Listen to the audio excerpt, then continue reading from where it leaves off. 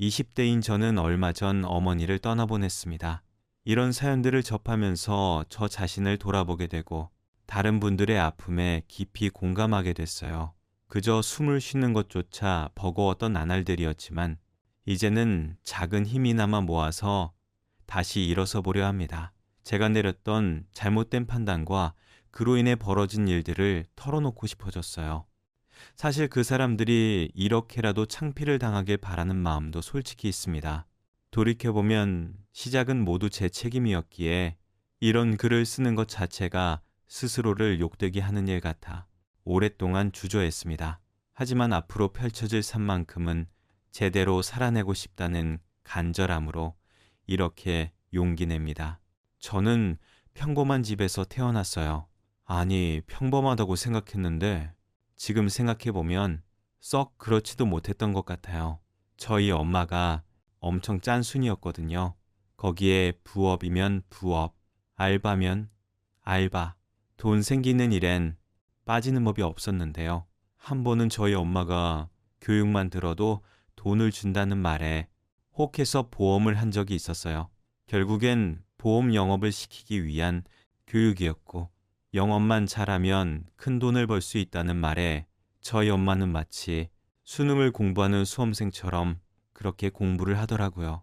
그래서 결국 엄마는 보험 판매 사원 일을 당신의 업으로 하게 됐어요. 그런데요, 억척스러운 성격이긴 했지만 저희 엄마가 나름 내성적이었거든요. 지금도 그런지 모르겠지만 제가 어릴 때만 해도 보험 들라고 하면 사람들이 막 꺼려하고 그랬던 터라 내성적이었던 엄마는 남에게 보험 들라는 말을 잘하지 못하셨던 것 같아요. 그래서 애꿎은 저희 가족에 보험을 많이 들었는데 그 뒤로 아빠와 싸우는 일이 많았어요. 결국엔 돌고 도는 거지만 매달 많은 돈을 보험료로 내야 했으니까요. 하지만 엄마는 자기가 공부한 게 아깝고 또 잘 해보고 싶다고 1년만 해보겠다고 하시더군요. 세상에 무슨 그런 일이 있는지 지금 생각해도 슬프고 황당하기만 한데요. 엄마가 보험 일을 1년 정도 했을 무렵 아빠가 대장암 선고를 받으셨어요.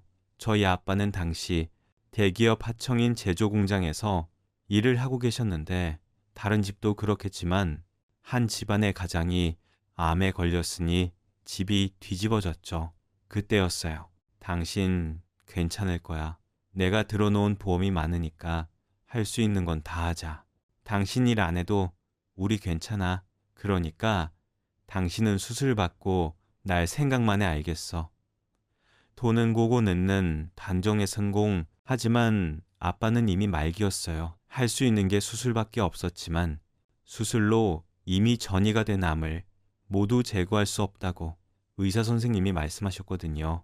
결국 항암 치료를 해야 했고 정말 거짓말처럼 6개월 동안 아빠는 몰라보게 쇠약해지셨어요.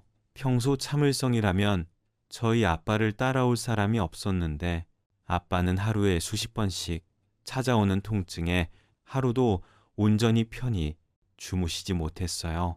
진통제가 있음에도 그 정도였으니 진통제가 없었다면 상상도 하기 싫어지네요. 그렇게 아빠는 암 진단 후 7개월을 채우지 못하고 돌아가셨어요. 평소 티격태격해도 사이가 좋았던 엄마는 상심이 크셨는데 당시 저와 오빠가 초등학생이어서 엄마는 마음 놓고 슬퍼할 수도 없었죠. 그 뒤에 엄마도 그렇고 저희 가족은 완전히 예전과 달라졌어요. 엄마는 보험 일을 그만두고 돈이 된다는 말에 경매 공부를 하기 시작하셨죠. 아빠가 돌아가시면서 나오게 된 보험금이 꽤 많았는데 엄마는 그 돈으로 경매에 뛰어들었어요.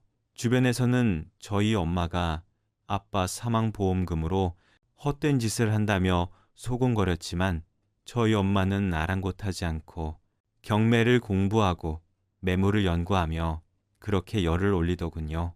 결국 엄마는 각고의 노력 끝에 제가 고등학교에 들어갈 무렵 드라마에서 나올 법한 부잣집 같은 2층 전원주택을 경매로 낙찰받으셨어요.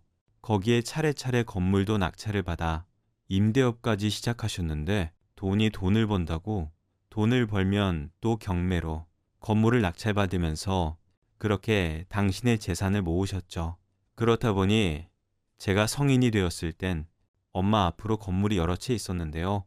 덕분에 저는 경제적으로는 아쉬운 것 없이 컸고 오빠는 아니었지만 저는 엄마가 돈이 많으니 그다지 열심히 살진 않았던 것 같아요. 친구들과 어울리고 여행 가고 재미있고 낭만적인 일만 찾아다녔죠. 그러다 여행 중 남편을 만났어요. 남편을 만난 건 기차였어요. 복학 전 추억을 만들기 위해 홀로 무전여행을 하고 있다고 했었죠.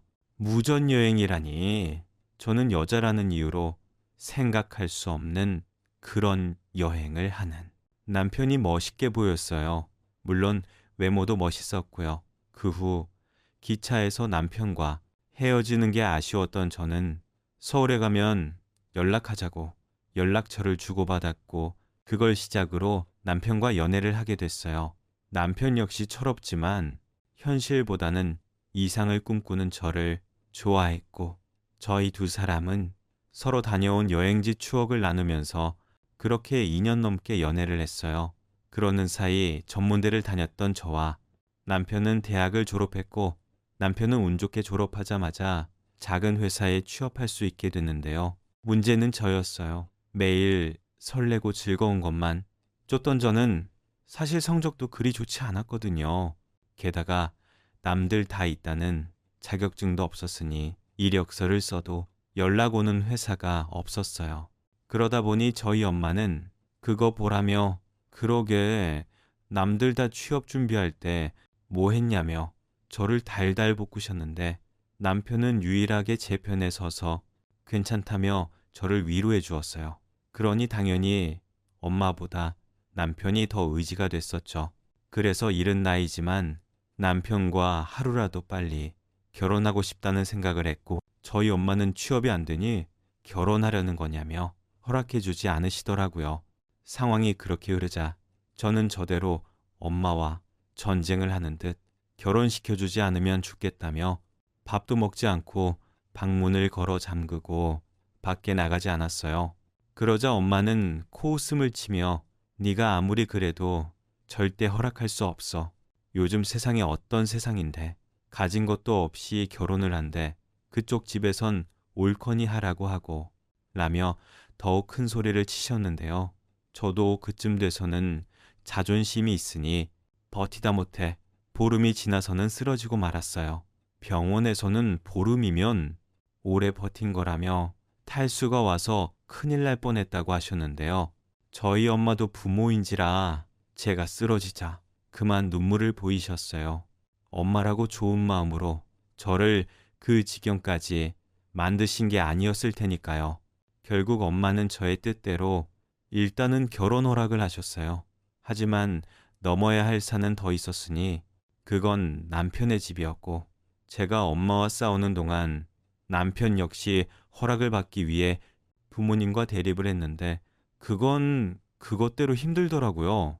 그런데 남편에게 저희 엄마가 재산이 좀 있고 신혼집도 저희 엄마가 사는 집에 2층을 리모델링해서 쓰게 해주겠다는 말을 듣고 시부모님은 그제야 마음이 동하셨는지 돌연 결혼을 허락해 주셨어요.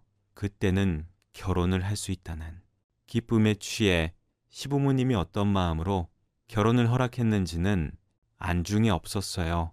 정말 지금 생각해도 타임머신이 있다면 당장 타고 가서 뜯어 말리고 싶은 심정입니다. 하지만 그때는 이제 불행 끝 행복 시작이라고 생각했어요.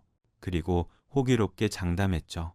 드라마틱하게 만나 연애하고 드라마틱하게 결혼한 우리는 앞으로도 드라마틱하게 재미있게 잘 살 거라고요. 하지만 결혼은 현실이기에 정말 최악의 경험을 하게 됐는데요. 그것도 지금 생각하면 드라마틱하다면 드라마틱한 최악의 날들이었어요. 잠깐 저의 시댁 형편을 말씀드리면 시아버지는 별다른 기술이 없어 건설 현장에서 노가다를 하셨고 저희 시어머니는 반반한 당신 얼굴 상할까 한낮에는 밖에도 잘 나가지 않는 그런 사람이었어요. 해도 잘 들지 않는 반지하에 전세로 사시면서도 마음은 늘 부잣집 사모님처럼 사셨는데 시아버님이 시어머니라면 깜빡 죽으셨어요. 게다가 하는 일은 없지만 분에 넘치게 당신 치장하는 데는 진심이셔서 형편이 좋아질래야 좋아질 수가 없어 보였죠. 하지만 저는 그게 저랑은 상관없는 일이라고 생각했어요. 남편 역시 그렇게 말했고요. 그래서 별다른 생각 없이 오로지 남편 하나만 보고 결혼을 했는데 예상치 못한 일이 저를 계속 당황스럽게 했어요. 결혼을 시어머니는 아직 어린 저희가 걱정이라며 저희 친정이자 신혼집을 생각보다 자주 오셨는데요. 그러면서 어쩐지 저의 신혼집보다 저의 엄마가 생활하는 1층에 더 관심이 많으셨어요. 당연히 1층이 2층보다 넓었고 고급으로 인테리어 하는 걸 좋아하는 친정 엄마의 취향에 따라 1층은 꽤 멋스럽게 꾸며져 있었어요. 시어머니는 그게 당신 취향에 맞다며 틈만 나면 저를 보러 오셨다가 1층에 내려가 마치 당신의 집인 듯 몇 시간을 죽치고 있다. 집에 돌아가시는데 정말 당황스럽더라고요. 그렇다고 주인 없는 집에서 이러지 말고 이제 그만 가시라는 말은 차마 하지 못했어요. 그때 당시 저희 엄마가 지방 부동산에도 관심이 많으셔서 지방에 내려가는 일이 많았고 오빠도 대기업에 입사를 하면서 따로 나간 터라 핑계 댈 일도 없었고요. 그랬더니 점점 시어머니는 도를 넘어 아침 일찍 편하게 입을 당신 옷을 챙겨 오셔서는 제가 있는 2층은 그냥 거쳐만 갈 뿐 바로 1층에 내려가 옷을 갈아입고 소파에 앉아 커피를 드시며 TV 리모컨을 꿰차고 계시는데 누가 보면 집주인인 줄 알겠더라고요. 그래서 더는 안 되겠다 싶어 제가 말했어요. 어머니, 여기는 저희 엄마가 쓰시는 공간이니까 이제 그만 2층으로 올라가세요. 아니 왜 2층에 너희가 살면 1층도 왔다 갔다 할 수 있는 거 아니니?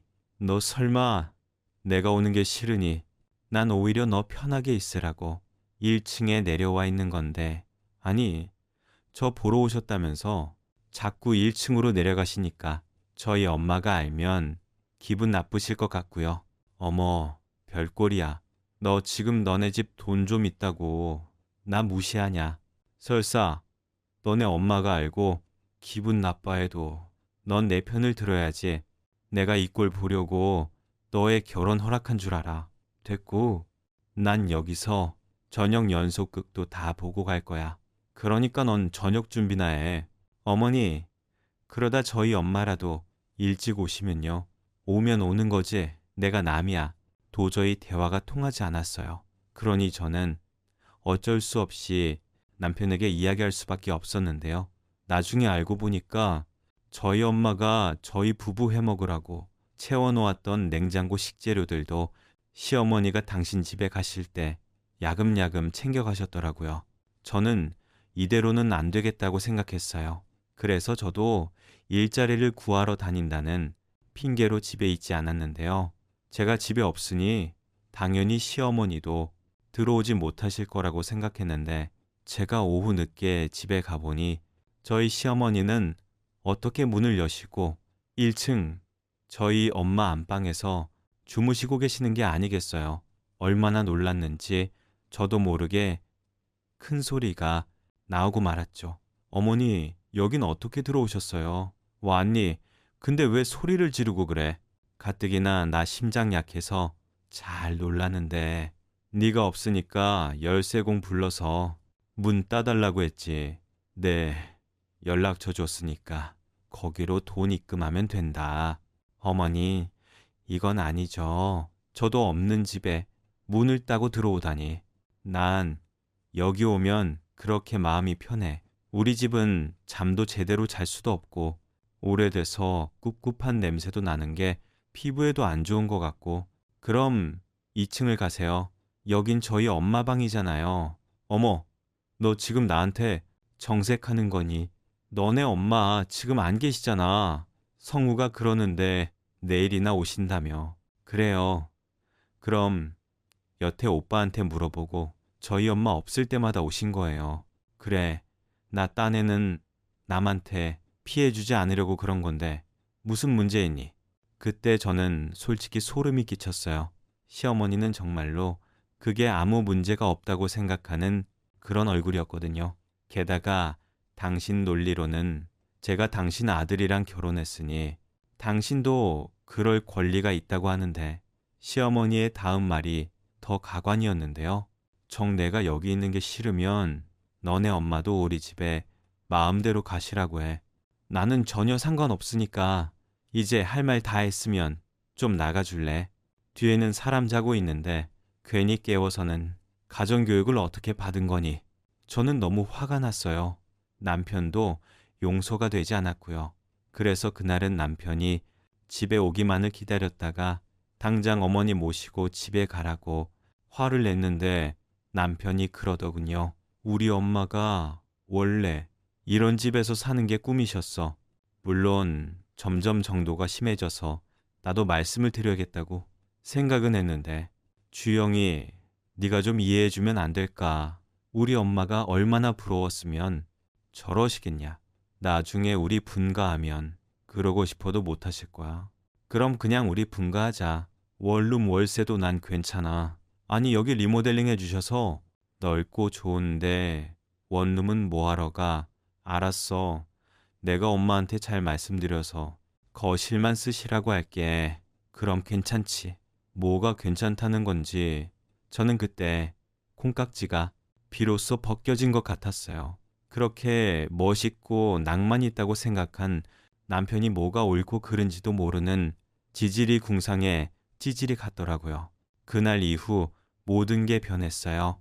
낭만과 이상만 쫓던 제가 저희 엄마가 그렇게 바라던 현실에 눈을 뜬 거예요. 그리고 시어머니의 만행도 저희 엄마가 더 이상 지방에 내려가지 않게 되면서 끝이 났는데 그러자 걸핏하면 저를 불러 이사 타령을 하셨죠. 네가 봐도 여기가 너네 집에 비하면 너무 초라하잖아. 나를 봐라. 밖에 나가면 당연하게 사모님 소리를 듣는데 내가 이런 짓고 산다는 게 말이 되니 그래서 하는 소린데 네가 니네 엄마한테 말씀 좀 잘 드려서 우리 이사 좀 가게 해주면 안 될까? 어머니 농담이라도 그런 말 하지 마세요. 자식은 저도 엄마한테 신세 지고 있는 거 다 아시잖아요. 아니 그게 신세야. 2층에 궁전처럼 리모델링 다 해줬잖아. 그래도 저희도 당연히 분가하고 싶죠. 죄송하지만 그건 좀 어려울 것 같아요. 너는 너네 능력 있는 엄마 뒀다. 뭐 했으니? 이럴 때 네가 며느리 노릇 톡톡히 해주면 내가 널 업고 다니겠다. 안아봐 주셔도 돼요. 그리고 다른 용건 없으시면 저 이만 일어날게요. 오늘 면접 보기로 한 알바 자리가 있어서 뭐 알바? 네가 왜 일을 해? 저도 이제 생각 바꿨어요. 한 푼이라도 더 벌어서 오빠랑 분가하려고요. 그리고 틈틈이 자격증 공부해서 애 갖기 전에 취직할 거예요. 아니 한 살이라도 젊을 때 애를 낳지. 돈 있는 엄마도 있으면서 돈은 제가 아니라 저희 엄마가 있는 거니까요. 그리고 저희는 당분간 애 가질 마음 없어요. 그럼 이만 가보겠습니다.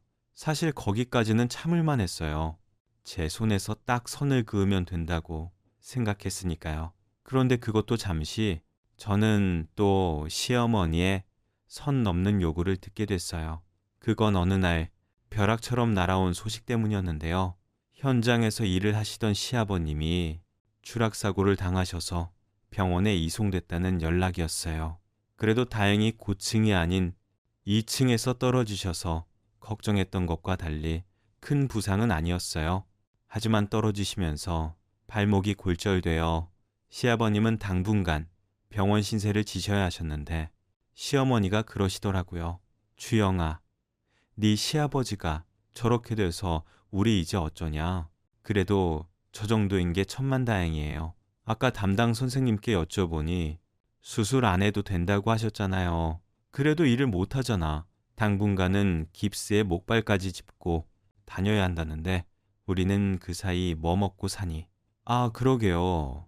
주영아, 너도 시집 왔으니까 우리 가족 맞지? 이럴 때야말로 네가 나서야 해. 네, 제가요. 제가 어떻게 얘가 왜 이렇게 말귀를 못 알아들어. 집에 가서 엄마한테 상황 좀 잘 말씀드리고 네가 우리가 너무 걱정이라고 말 좀 해봐. 뭐 정 민망하면 빌려달라고 해도 되고 나중에 니들 월급으로 갚으면 되잖아. 어머니, 나도 자존심 상해서 이런 말 하기 싫어. 근데 어떻게 아니면 니들이 대출이라도 받아서 우리 주든가. 정말 너무 짜증났어요.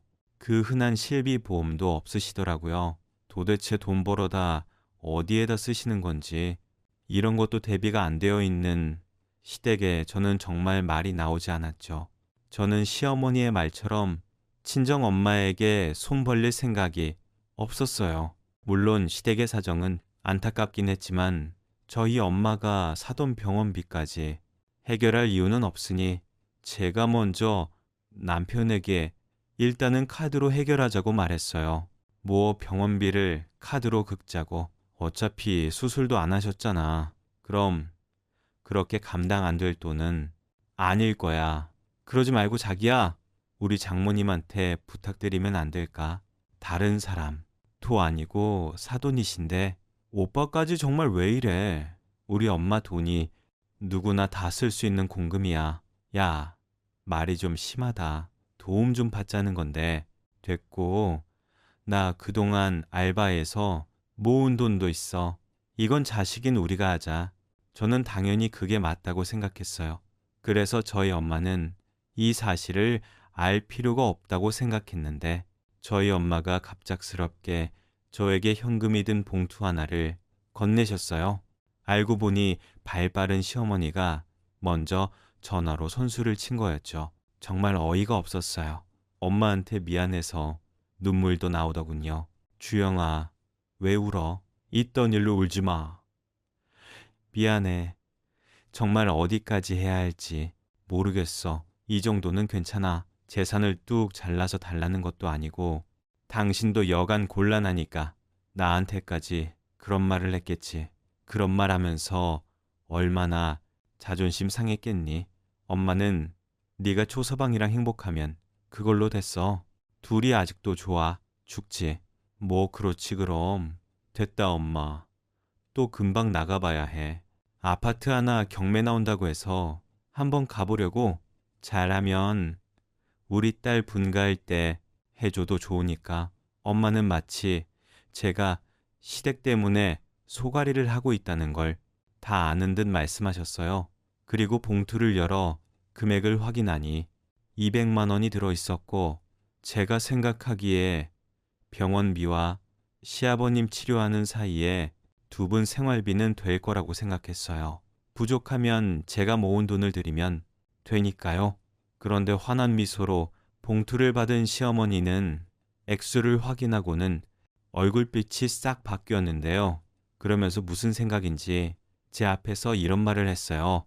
세상에 고작 200만 원. 있는 사람이 더한다더니 너네 엄마 짠순이 맞나 보다. 성우가 그러는데 원래 사돈이 짠순이었다며. 아무리 손을 벌면 뭐하니? 사람 본성은 안 바뀌는 걸. 세상에 이 푼돈으로 뭘 하라고. 내가 그렇게 먹고 살게 걱정이라고 노래를 했는데 너네 엄마 원래 그렇게 눈치가 없니? 아니면 자기한테 돈 좀 부탁했다고 날 깔보는 거야. 어머니, 지금 그게 무슨 말씀이세요? 싫으면 다시 주세요. 저는 정말 화가 나서 돈 봉투를 다시 받으려고 했어요. 그러자 자기도 아차 싶었는지 얼른 봉투를 자기 주머니에 넣으며 어색하게 자기가 시아버님 때문에 많이 놀라고 예민해서 그런 거라며 말을 돌렸는데 그 뒤 시어머니의 행동이 더 어이가 없었어요. 돈이 없어서 그렇다며 시아버지에게 수술할 것도 아닌데 퇴원하자고 짜증을 내시더라고요. 결국 다음날 시아버님은 통원 치료를 받기로 하고 퇴원을 하셨어요. 그리고 그날은 남편이 시아버님의 퇴원을 돕기 위해 월차를 냈는데요. 저도 그동안 쌓인 게 많아서 그런지 남편에게 짜증을 냈네요. 남편도 자기한테 왜 짜증을 내냐며 저에게 짜증을 냈고요. 둘이 사랑하고 행복하려고 한 결혼인데 이게 뭔가 처음으로 결혼한 걸 후회했어요. 하지만 제가 행복하면 됐다고 말하던 엄마 생각에 남편과 헤어질 생각은 하지 않았는데요. 그때까지는 그래도 남편과는 큰 문제가 없으니 시댁 때문에 헤어지고 싶지 않다고 생각했던 것 같아요. 그래서 더더욱 시어머니와 단판을 지어야겠다고 생각했는데 저희 엄마가 친한 동네 이모들이랑 3박 4일로 제주도를 간다며 집을 비우자 시어머니도 3박 4일 당신 짐을 싸서 저희 집에 오셨어요. 아니 정확히 말하면 저 희집이 아닌 저희 엄마 집에 왔죠. 어머니 아버님은 어쩌시고 여기로 오셨어요. 주영아, 나도 너무 힘들어. 휴가가 필요해. 원래 아픈 사람보다 옆에서 간병하는 사람이 더 힘들다. 이제니 시아버지 목발 짚고 곧잘 다녀. 그래서 나도 여기서 좀 지내련다. 너는 신경 쓰지 말고 내려올 거 없다. 아, 여기 뭐가 맛있니? 배달 좀 시켜봐라. 근데 어쩌죠? 저희 오빠가 엄마 안 계시는 동안 오기로 했는데 뭐 너네 오빠가 왜? 엄마가 자꾸 집을 비워서 좀 그렇다고 오빠한테 부탁하고 가셨대요. 오빠도 마침 휴가가 남았는데 집에서 쉬고 싶다고. 아니, 왜 다 큰 남자가 자기 집 놔두고 여기도 오빠 집이에요. 오빠 본가. 결국 시어머니는 다시 당신 짐을 싸들고 시아버님이 계시는 집으로 궁시렁거리며 돌아가셨어요. 그리고 나중에라도 제가 거짓말한 것을 들키면 안 되니 오빠에게 그간의 일을 이실직고 할 수밖에 없었는데요. 박주영, 너 지금 네가 말한 게 전부 사실이야. 오빠, 3일 휴가 내는 거 어려우면 그냥 3일만 여기에서 출퇴근해. 여기에서 왔다 갔다 하는 모습 보이면 괜찮을 것 같은데 그러게 왜 그런 결혼을 하냐고. 엄마가 반대했을 때는 다 그런 이유가 있는 건데 그리고 네 남편은 그걸 가만히 보고 있어. 하도 없이 살아서 그런 거니 이해해달래. 뭐 그놈도 제정신이 아니네. 나도 알아. 그래서 아닌 건 아니라고 정리하고 있어. 그러니까 이번에 오빠가 와서 나 좀 도와줘. 내가 평생 오빠한테 아쉬운 소리 한 적 있어? 알겠어. 일단은 3일은 힘들고 2일은 휴가 내서 갈게. 네, 남편한테는 내가 오늘 밤 늦게라도 집에 간다고 해. 그리고 오빠 그놈 가만 안 둔다. 너 나 써지 마. 알겠어. 저는 사실 오빠가 나서면 어느 정도 문제가 해결될 거라고 생각했어요. 그리고 어느 정도는 그게 먹히기도 했는데요. 남편에게 오빠가 1층 집에 와 있기로 했다고 하자 당황한 기색이 역력했어요. 아니, 형님이 집에 왜 오시는 거야? 내가 다 말했어. 오빠는 이해해달라고 했지만 난 도무지 이해할 수 없어. 나중에 엄마가 알면 난 뭐가 돼. 그래서 미안해. 앞으로는 엄마가 집 비우면 우리 오빠가 와 있기로 했어. 그러니까 이제는 어머니한테 집 빈다고 말하지 마. 가만 보면 어머니보다 오빠가 더 나빠. 진짜 너무하네. 그냥 부잣집 사모님 체험하고 싶다는 건데 우리 엄마만 불쌍하다. 평생 소원이라고 했는데 아니 그 소원을 왜 남의 집에서 이루려고 해. 입장 바꿔서 생각해봐. 우리가 고급 아파트 사는데 우리 오빠가 이런 아파트에 사는 거 소원이었다고 우리 없을 때 몰래 머물다 간다고 생각하면 기분 안 나빠. 기분 나빠. 그게 정상이야. 이제 이해했어. 앞으론 이런 일 없도록 해. 알겠어. 남편은 저에게 약속했어요. 그리고 자기 집에도 자기가 말한다고 했는데 남편에게 이야기를 전해 들었는지 시어머니가 저를 밖에서 보자고 하시더라고요. 솔직히 저불러다 화라도 내시려고 그러나 생각했어요. 그래서 이참에 나도 할 말은 하자라고 생각하고 나갔는데요. 시어머니는 저의 예상과는 달리 한껏 미소를 지으며 고상하게 저를 기다리고 계셨어요. 우리 주영이 왔니? 너 좋아하는 걸로 시켜.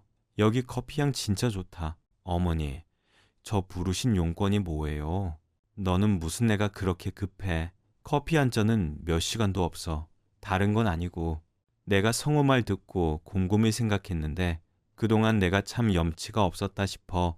아들 신가 살림하는데 엄마라는 여자는 생각도 없이 그 집에서 사모님 체험이나 했더니 내가 낯이 뜨겁더라. 미안하다. 이제라도 알아주셨다니 제가 더 감사해요. 저희가 열심히 벌어서 어머니 좋은 집으로 이사할 수 있게 노력할게요. 어머, 얘 말하는 것 좀 봐. 내 말이 그 말이야. 근데 니들이 벌어서 우리 이사 시켜주는 거 너무 오래 걸리지 않겠어? 우리 전세 계약도 끝나가고 그러지 말고 풍부하고 싶다고. 엄마한테 말해봐. 이왕이면 큰 아파트로 해달라고 해. 나중에 애 낳고 키우려면 이사 다니기 힘들어. 그럼 내가 거기서 니들이랑 살면서 살림도 해주고 손주도 돌보면 되지. 내가 진작에 이런 생각을 해야 했는데 그리고 가만 생각해 보니까 지영이 너한테도 그만한 게 없더라. 우리 주영이가 아빠가 일찍 돌아가셨잖아. 그럼 아빠 사랑도 오래 못 받았을 텐데 이참에 아빠 그늘에 사는 것도 좋지 않아. 저는 하도 기가 막혀서 허수음이 났어요. 하지만 시어머니는 저의 허수음을 자기 뜻에 동조한다고 생각한 듯 잔뜩 기대에 부풀었는데요. 저는 속으로 그건 뭐 아빠 체험인가요? 라는 말이 목구멍까지 올라왔다가 겨우 참아냈어요. 그리고 잘 됐다고 생각하고 이참에 하고 싶은 말을 쏟아내려고 하는데 오빠에게서 전화가 오더라고요. 오빠, 나 지금 좀 바쁘거든. 나중에 주영아, 너 지금 당장 땡땡 병원으로 와. 상황이 많이 심각해. 무슨 소리야, 오빠? 어디 아파? 내가 아니고 엄마가 쓰러졌어. 근데 병원에 와보니까 상태가 너무 안 좋아. 지금 당장 와. 오늘 밤이 고비래. 저는 머릿속에 하얗게 되는 것만 같았어요. 시간이 없다니. 그리고 보니 요즘 도통 엄마가 너무 바빴던 게 생각이 났고 저는 저를 덮쳐오는 무서운 생각에 시어머니고 못고 냅다 오빠가 말한 병원으로 택시를 타고 갔어요. 사실 그때까지도 잘 실감이 나지 않았는데 오빠가 오라는 병실로 가보니 숨이 덜컥하고 쉬워지지 않더군요. 저희 엄마가 인공호흡기를 끼고 힘들게 숨을 쉬고 계셨어요. 엄마가 그동안 많이 아팠나 봐. 우리 걱정할까 봐 말도 제대로 못하시고 지방 간다고 여행 간다고 그러신 게 사실은 병원에 있던 거였어. 아니, 왜 오빠랑 내가 있는데 왜 우리 엄마가 혼자서 병원에 있어? 그러게 말이다. 나라도 자주 전화하고 챙겼어야 했는데 이런 줄도 모르고. 오빠, 우리 이제 어떡해? 우리 엄마 어떡해?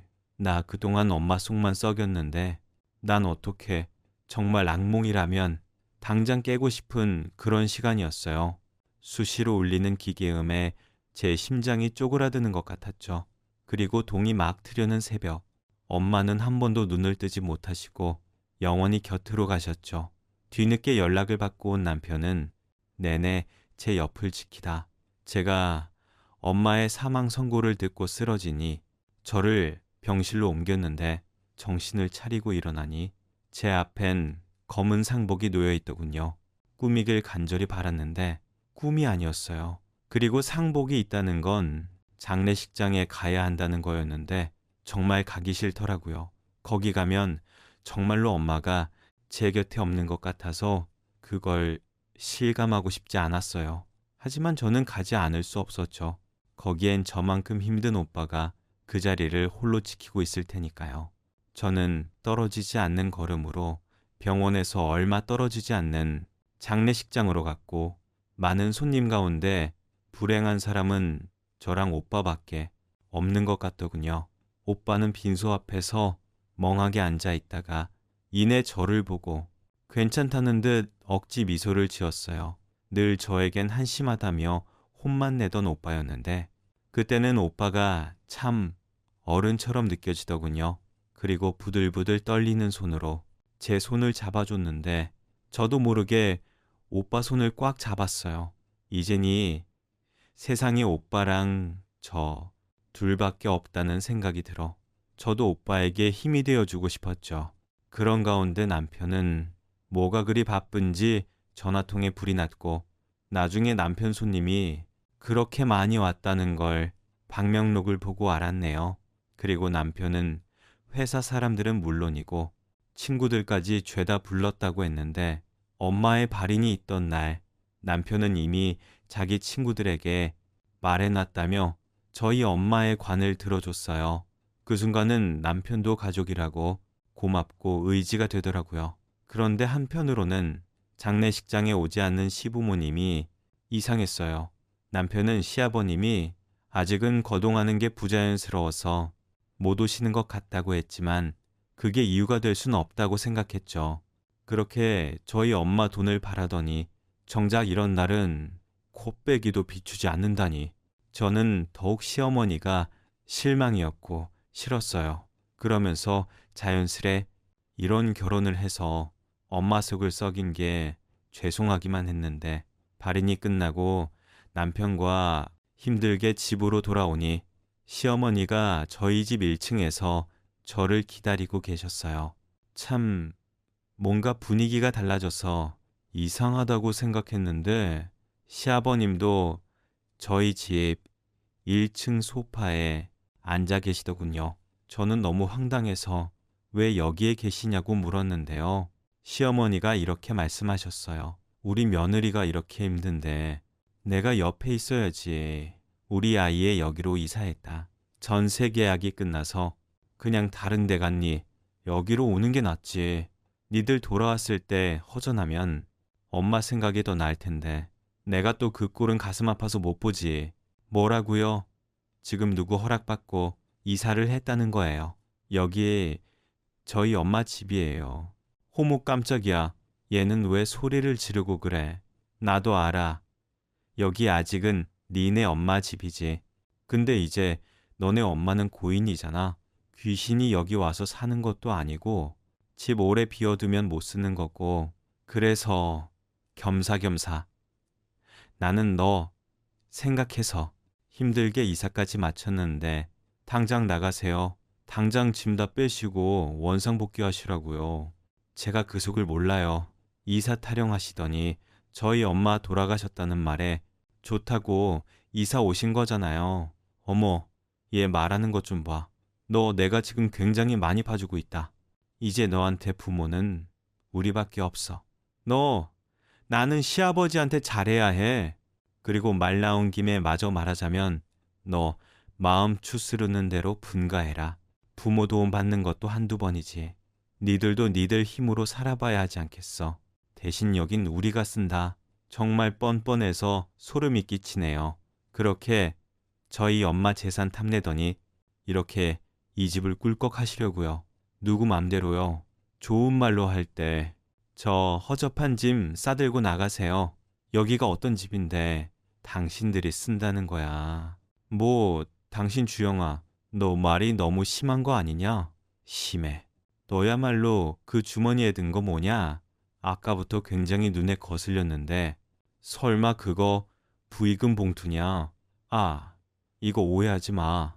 이거 내 손님이 내고 간 봉투야. 나 때문에 들어온 봉투니까 내가 챙겼지. 나 참 기가 막혀.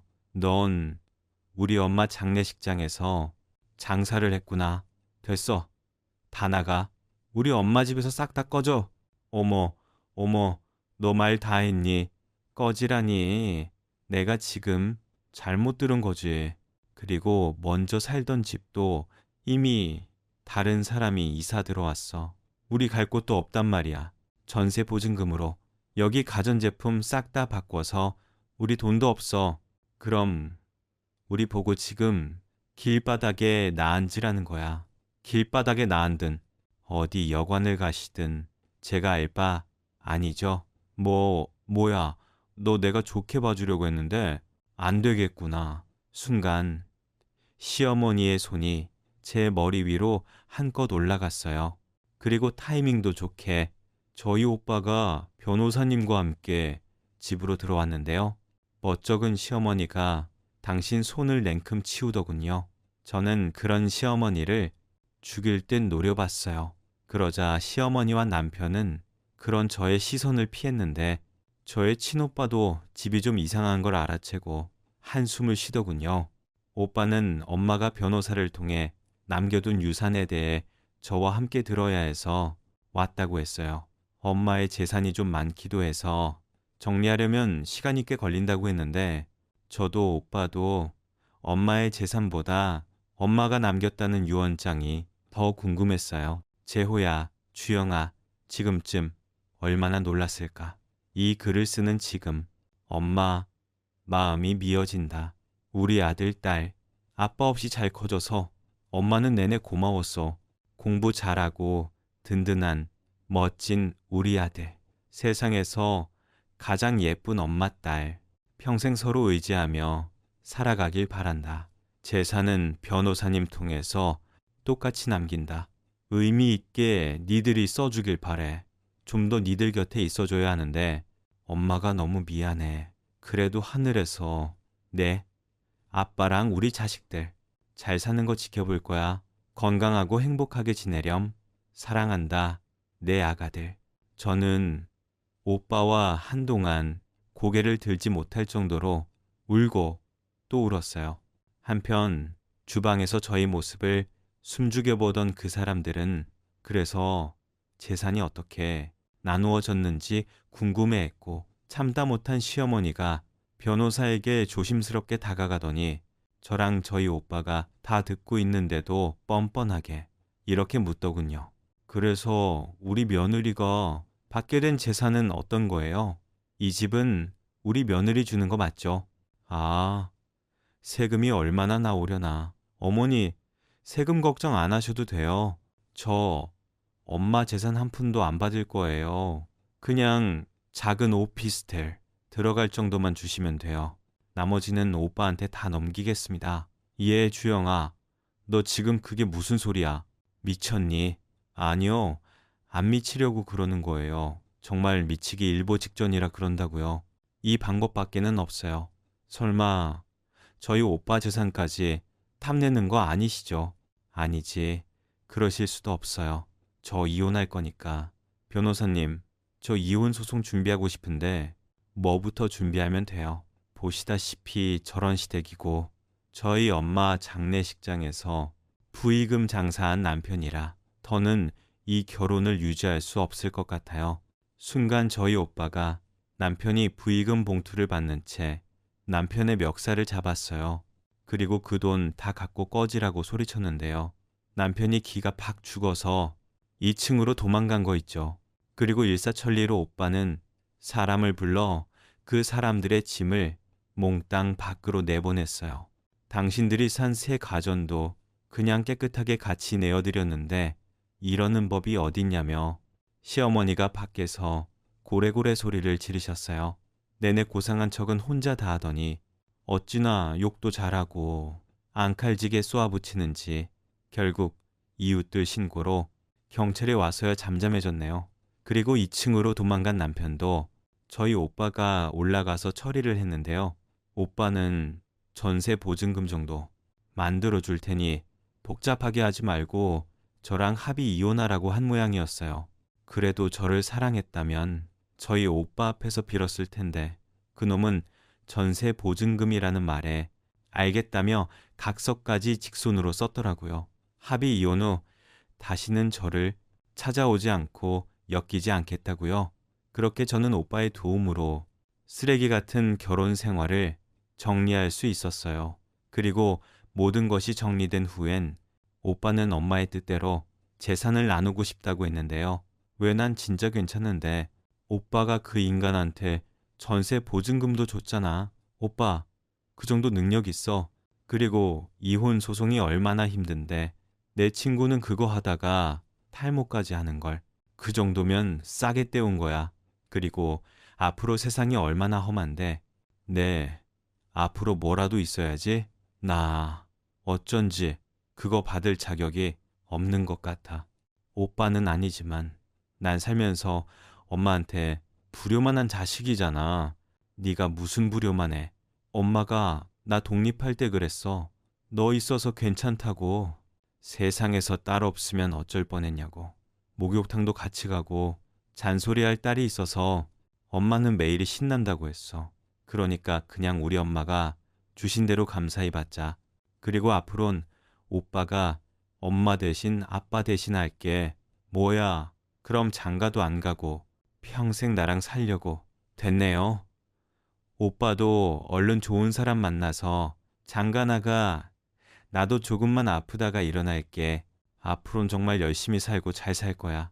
좋은 사람이 될 거야. 장하다 내 동생.